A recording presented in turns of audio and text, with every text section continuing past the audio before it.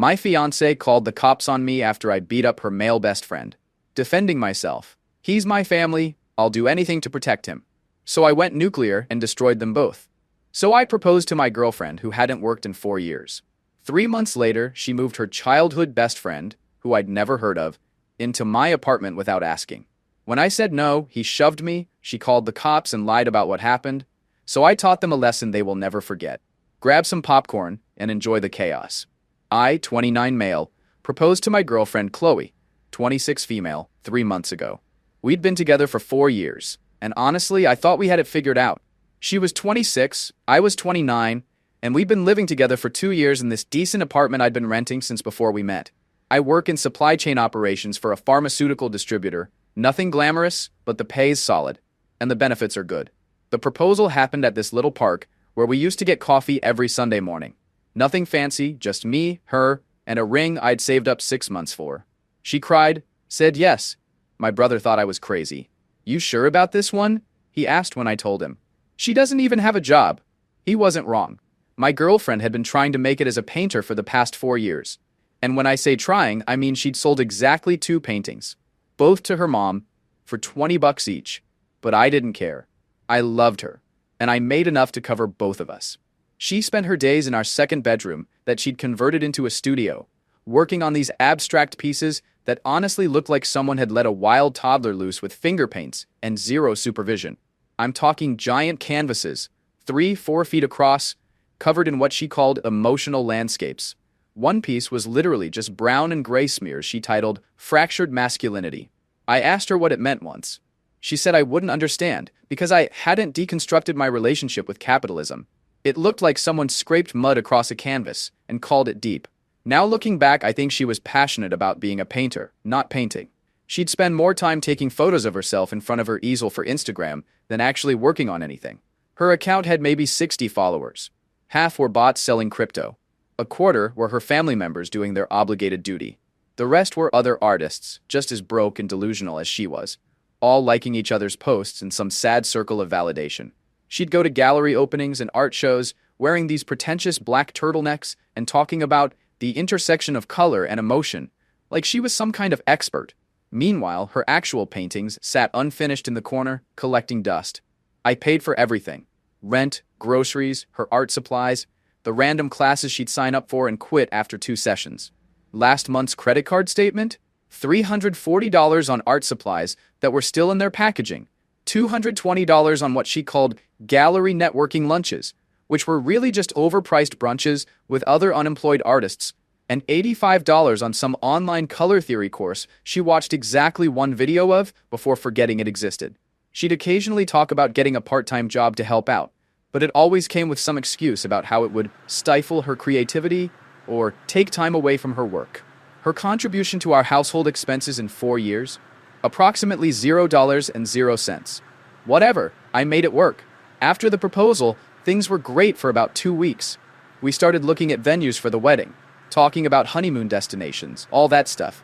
She wanted something big and expensive, a destination wedding in Tulum, designer dress, the works. I wanted something small and reasonable.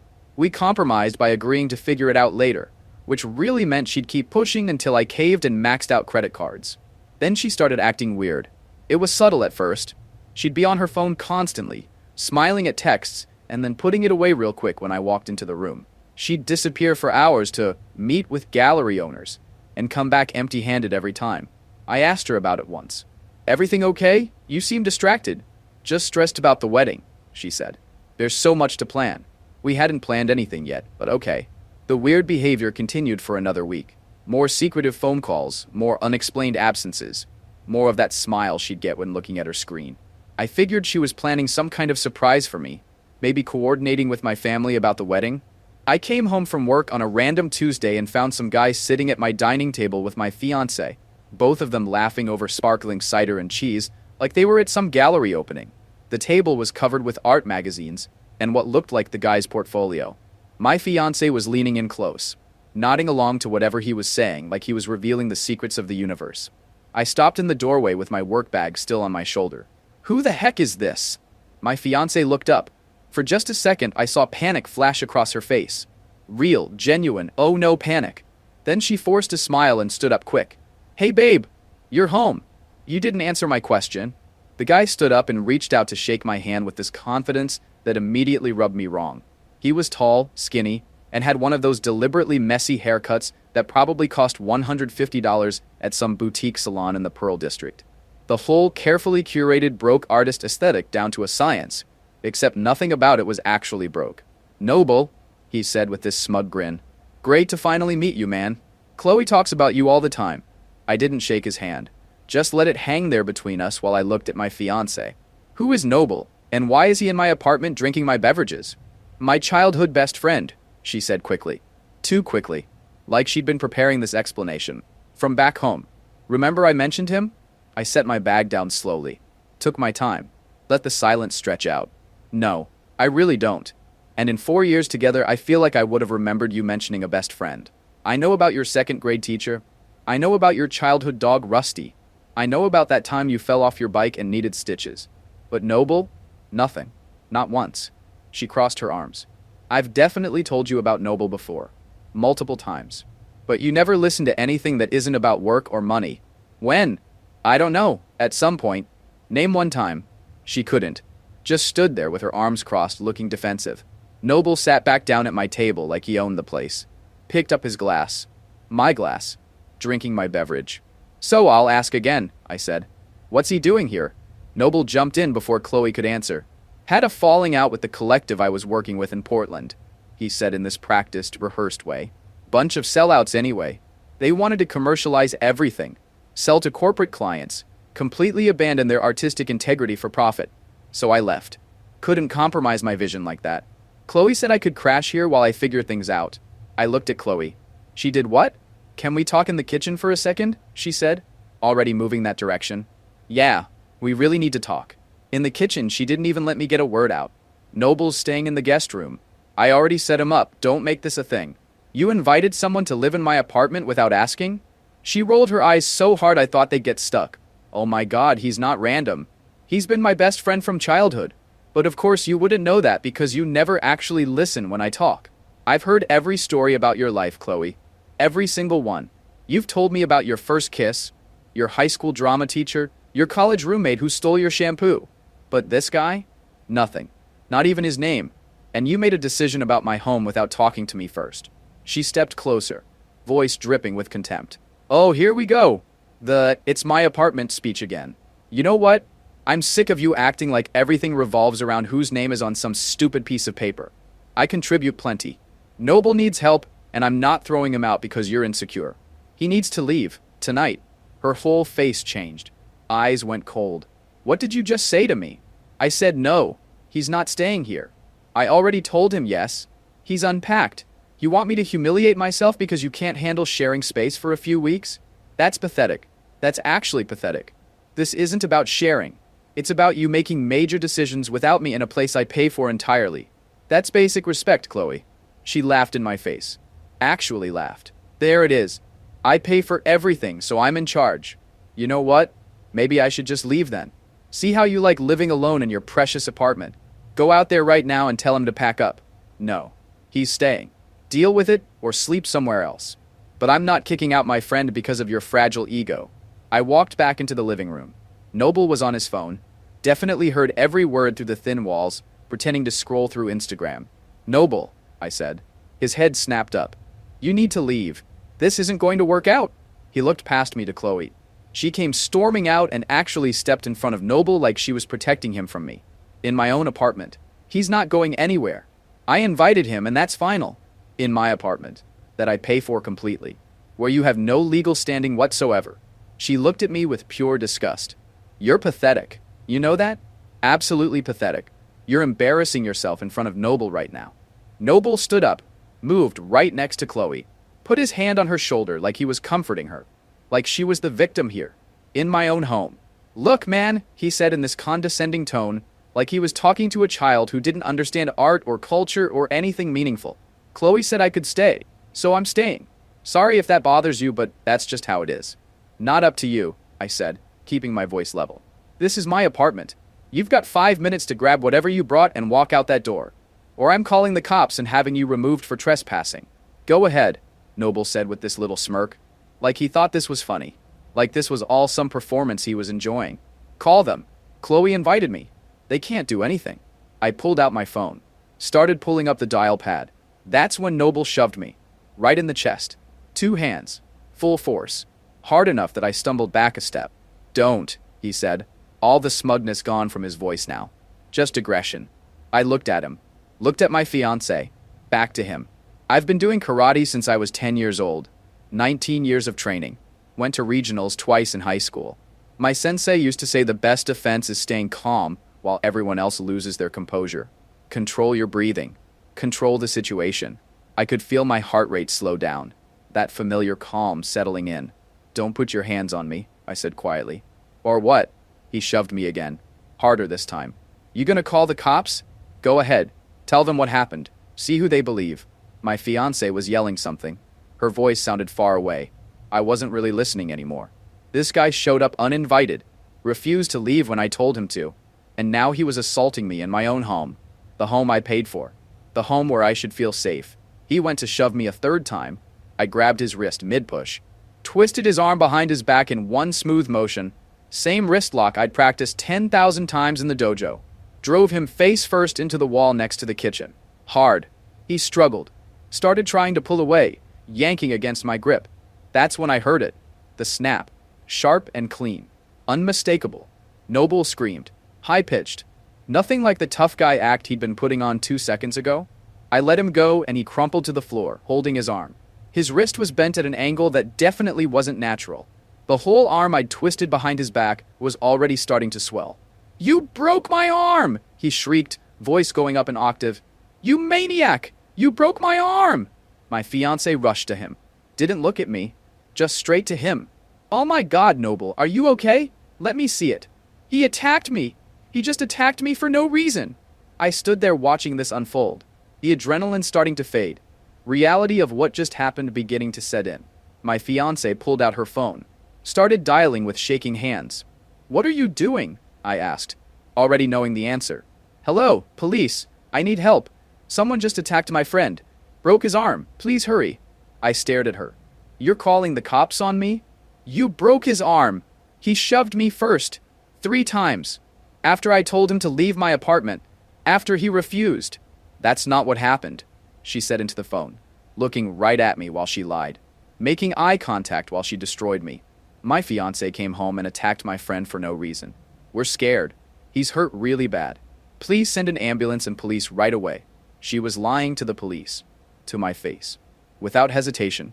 Without even looking conflicted about it. Noble was on the floor moaning. Really selling it. Playing up the injury for the phone call. Rolling around clutching his arm. Fine, I said. My voice cold now. Call them. Tell whatever story you want. But you just made your choice. And it wasn't me. I went to the bedroom and grabbed my phone. Called my brother. I need you to come get me. Right now. What happened? Some guy showed up at my apartment. Said he was staying. I told him to leave. He put his hands on me. His arm got broken. Chloe's calling the cops and lying about what happened. I'm on my way. The cops showed up before my brother did. 2 officers who looked like they'd rather be anywhere else. My fiancé met them at the door with tears streaming down her face. Full performance mode engaged. Thank God you're here. He just went crazy. Noble was just sitting there, and he attacked him. Broke his arm. One cop looked at me. That true? No. That guy shoved me 3 times after refusing to leave my apartment when I told him to. I defended myself. He's lying, my fiancé yelled. Noble didn't do anything. He just attacked him. He's a monster. The cop held up his hand. Everyone calm down. We'll sort this out at the station. They talked to Chloe first. Then Noble was on the floor with his broken arm. Then me. After about 10 minutes, the cop came back to me. Sir, we're going to need you to come with us. For what?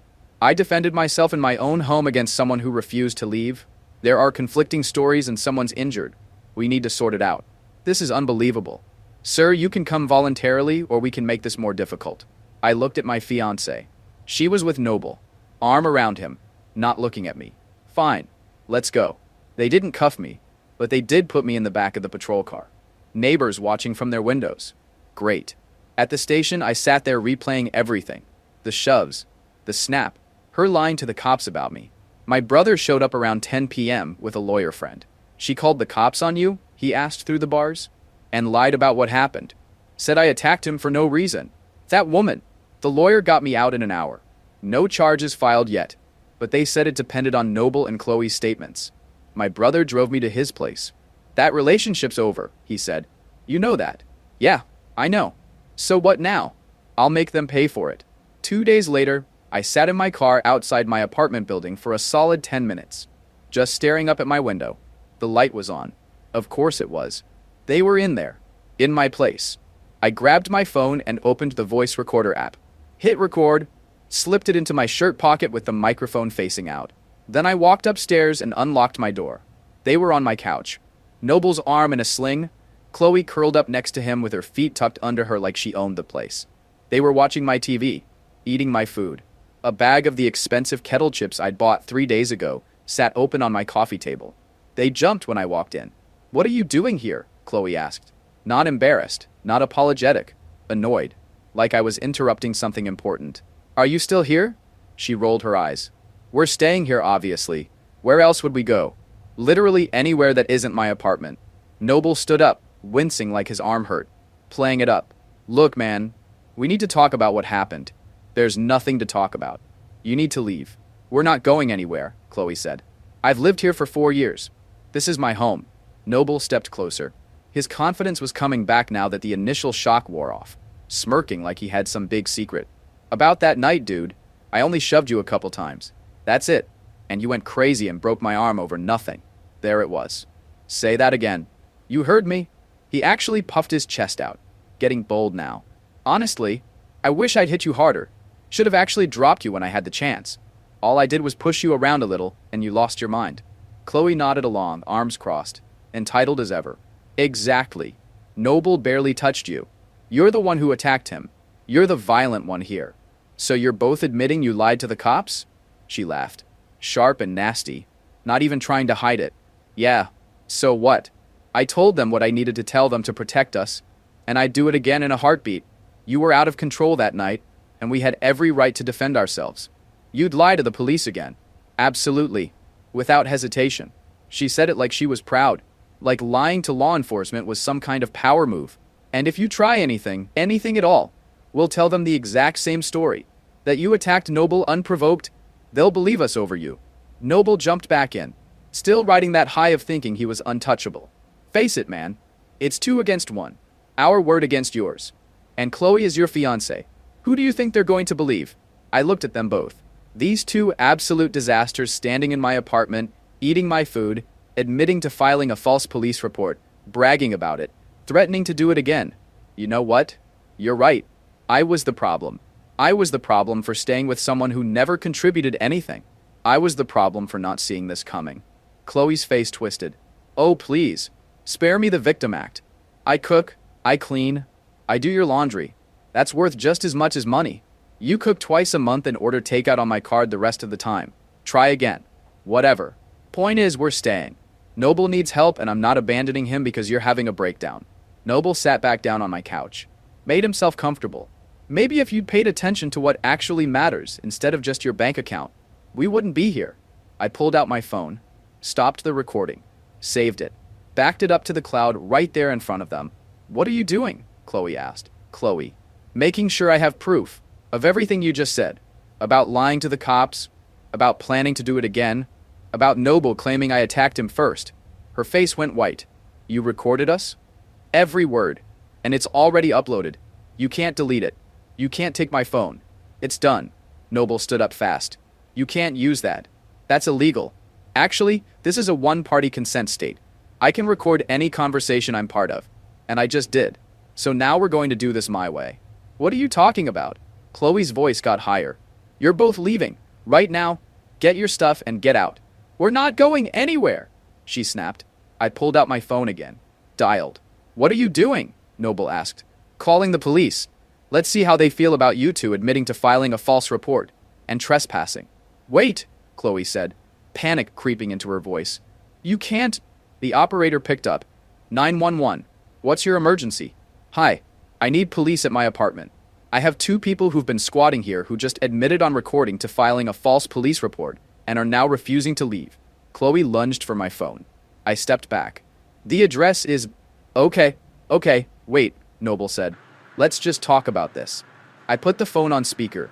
Did you get the address from my previous calls, ma'am? Yes, sir. We have units en route. Thank you. I hung up. Chloe's face had gone from angry to terrified in about 3 seconds. You're really calling the cops on us? After everything we had together? After everything you put me through? Yeah, they won't believe you. We'll tell them the same story. Except now I have you on recording admitting you lied. And documentation that you don't live here. So go ahead. Tell them whatever you want. You're really going to let them arrest us? Your fiancé? Ex-fiancé. You made that choice when you lied to protect someone who assaulted me. These consequences? You earned them. I gave you 4 years. 4 years of my life. You gave me 4 years of excuses while I funded your fake art career. Not the same thing. The panic was really setting in now. She looked around like she was searching for an escape route. You're ruining my life. I'm ending my involvement in your life. What you do with it after that is on you. Please, she said. And now she was actually begging. Don't do this. We'll leave. Right now. Just don't let them arrest us. Should have thought about that before you admitted to filing a false report on recording. Noble was already grabbing his stuff, shoving things into a backpack. Chloe, I'm leaving. This is too much. Enough that I got my arm broken. Staying in the street is safer. I'm not going. He's bluffing. I stared at her. Test me. She stared back, trying to find something in my face that would tell her I wasn't serious. She wouldn't find it. Noble pulled on her arm. Chloe, let's go. No, he doesn't get to just give up on me like this. After planning our whole future together. Sirens in the distance, getting closer. Noble heard them too. That's it, I'm out. He headed for the door with his bag. Stopped and looked back at Chloe. You coming, or are you going to let him destroy you? She looked at me one more time. I saw the exact moment she realized I wasn't backing down. You're going to regret this, she said. Only thing I regret is not doing it sooner. She grabbed her purse, headed for the door, stopped right in front of me. I'll ruin you. Everyone's going to know what you really are. The sirens were right outside now. The ring, I said. Give it back. She touched her finger where the engagement ring still sat. This is mine. That's a $2,000 ring. Hand it over or add theft to your list of problems. You can't just take back a gift. It's not a gift anymore. We're done. Give me the ring or explain to those cops downstairs why you're keeping stolen property. Her hands shook as she twisted it off. She threw it at me hard. It bounced off my chest and hit the floor. I picked it up. Get out. Noble was already gone. Chloe stood there for another few seconds, tears running down her face now. You'll be sorry, she whispered. I'm already sorry. Sorry I wasted 4 years. Now leave. She left. I watched from my window as the cops pulled up. Saw Noble and Chloe practically running down the street. The officers got out, looked around, then came up to my apartment. I showed them the recording. Gave them copies of my lease. Explained the whole situation. You want to press charges for the false report? One asked. Absolutely. We'll need you to come to the station to give a formal statement. I'll be there tomorrow morning. After they left, I sat on my couch. My couch. In my apartment. Alone. And it felt incredible. The next week I met with a lawyer. Brought the recording, the police reports, copies of my lease. Everything. I paid him $1,200. Best money I ever spent. Sold the ring online for $1,500. Bought a new couch and coffee table. Stuff that was actually mine. Stuff they'd never touched. The day after meeting with the lawyer, I called a locksmith. Changed every lock in the apartment. While I was at it, I went through Chloe's studio. All those expensive art supplies she'd barely used, still in their packaging. The canvas stretchers, the professional-grade paints, the brushes she bought and used once. Hundreds of dollars of materials just sitting there. I boxed it all up. Drove it over to the local high school's art program. The teacher looked at me like I'd handed her a winning lottery ticket. Are you sure? She asked, going through the boxes. This is easily over $500 worth of supplies. Positive. Someone should actually use them. That felt good. Better than good. Changed my number. Blocked them both on everything. Started fresh. The cops called 2 weeks later. Chloe and Noble had both been charged with filing a false police report. Chloe was also looking at a trespassing charge. They'd both pled not guilty, but my recording made that pretty pointless. Through the grapevine, mutual friend of a friend situation, I heard some interesting details about Noble's collective in Portland. Turns out it wasn't a collective at all. It was his ex-girlfriend's apartment. She'd kicked him out after he cheated on her with someone he met at a coffee shop. The whole artistic integrity story was complete nonsense. He was just homeless and needed a place to crash. That explained a lot. I also heard through mutual friends that Chloe moved back to her mom's house, still calling herself an artist, still not selling anything, still posting those terrible paintings on Instagram, the ones that looked like wild toddlers with finger paints, to her 60 followers. She'd added a new bio, artist in residence at my mother's house, creating despite adversity. The adversity being the consequences of her own choices. Noble was worse off, living out of his car apparently. Couldn't get anyone to show his work after word spread about what happened. Art communities don't like people who assault others and lie about it. Turns out principles actually matter to some folks. Me? I focused on work. Got that promotion I'd been gunning for. Started hitting the gym consistently. Got back into sparring at my dojo. My sensei was glad to see me after I'd been slacking the past year. Actually felt good about my life for the first time in years. 3 months in, I started dating again. Nothing serious. Went out with a few people. Had some fun. Then I met Valerie at a work conference. She was in logistics for a medical supply company. Had her own place. Paid her own bills. Actually had hobbies. We'd been hooking up for about 6 weeks when it happened. Casual thing. No labels, no pressure. Just enjoying each other's company. But that didn't last long. Saturday afternoon. Valerie was over at my place. We were making lunch, talking about maybe catching a movie later. Normal stuff. Good stuff. Someone knocked on my door. I checked the peephole. Chloe. She looked rough. Really rough. Hair greasy and unwashed. Pulled back in a messy ponytail that looked 3 days old. Dark circles under her eyes like she hadn't slept in a week. I sighed. Opened the door. Didn't let her in. What do you want, Chloe? I needed to see you. Her eyes were red. Bloodshot. She'd been crying recently. Can I come in? Just for a minute. No. Please, I made something for you. As an apology. She held up the package with shaking hands. I worked really hard on it. 3 weeks, every day. I don't want anything from you. Just look at it. Please. I put everything I had into this. Against my better judgment, I took it. Unwrapped it. A painting. Of me. Or supposedly me. Same abstract garbage style she'd always done. 3 feet by 2 feet of complete nonsense. Vaguely human-shaped if you squinted real hard and had consumed several energy drinks first. In the corner, she'd signed it with her artist signature. Just her initials in pretentious flowing script. This is supposed to be me? Yes. It represents your strength and the pain I caused you and my journey toward redemption. The blue is your calm center. The red is the passion underneath. The empty space represents the void I created between us. It looks like someone had a paint fight with a toddler, and the toddler won. Her face crumpled. Bottom lip started trembling. I put 3 weeks into that. My heart and soul. Everything I am as an artist. If this is everything you are as an artist, you should probably look into other careers. Who's that? Valerie called from the kitchen. Chloe's head snapped toward the voice. Her whole expression changed. Confusion, then recognition, then something ugly. Who's in there? None of your business. Valerie appeared in the doorway. Took one look at Chloe and got it immediately. Oh, you must be the ex. I'm Valerie. And you are? I'm his fiancée?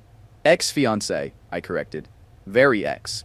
Chloe looked at Valerie, then at me, then back at Valerie. Her whole face changed. Something twisted and desperate took over. Her voice got higher, louder. You moved on? After everything we had together? After 4 years? After we planned our whole wedding? I loved you. I gave you everything. Time to move on. She tried to push past me into the apartment. I blocked her. I need to talk to you. Alone. We need to talk about us. There is no us. Go home, Chloe. You can't just replace me like I meant nothing. Like I was nobody. We were going to get married. I'm not replacing you. I'm moving on. You should try it sometime. That's when she completely snapped.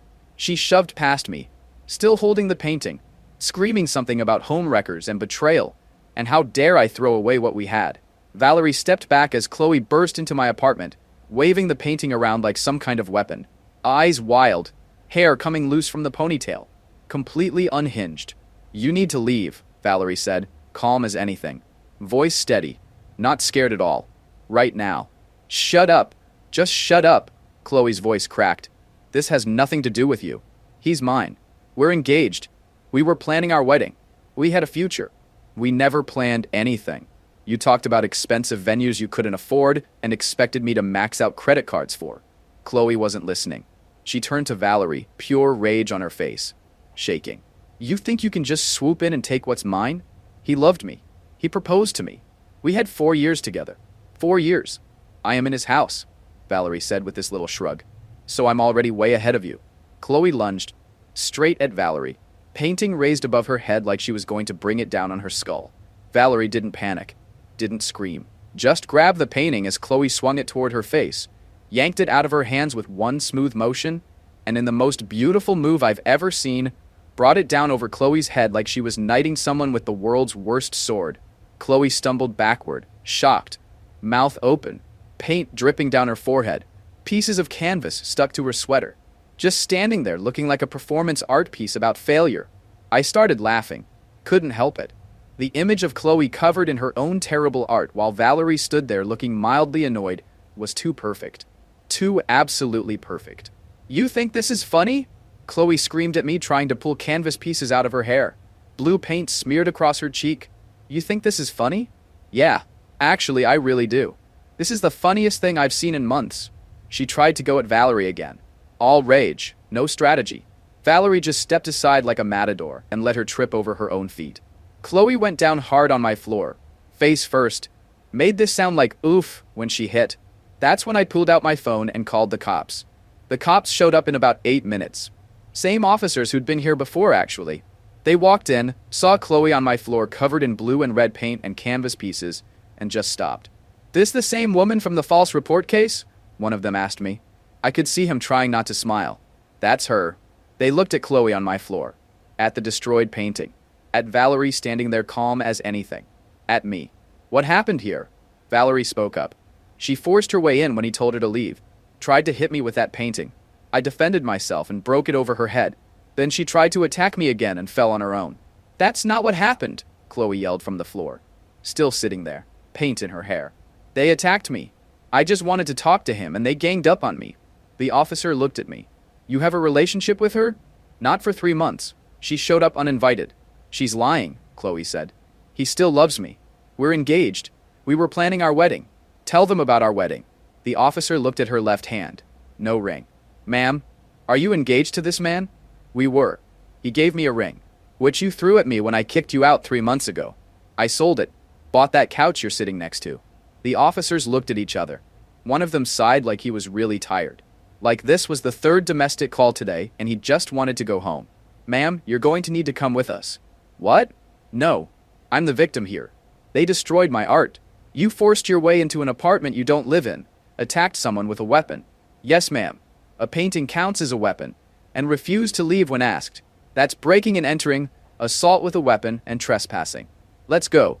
They walked her out in cuffs. She screamed the whole way down the hall. Something about true love, and how I'd ruined her life, and she'd make me pay.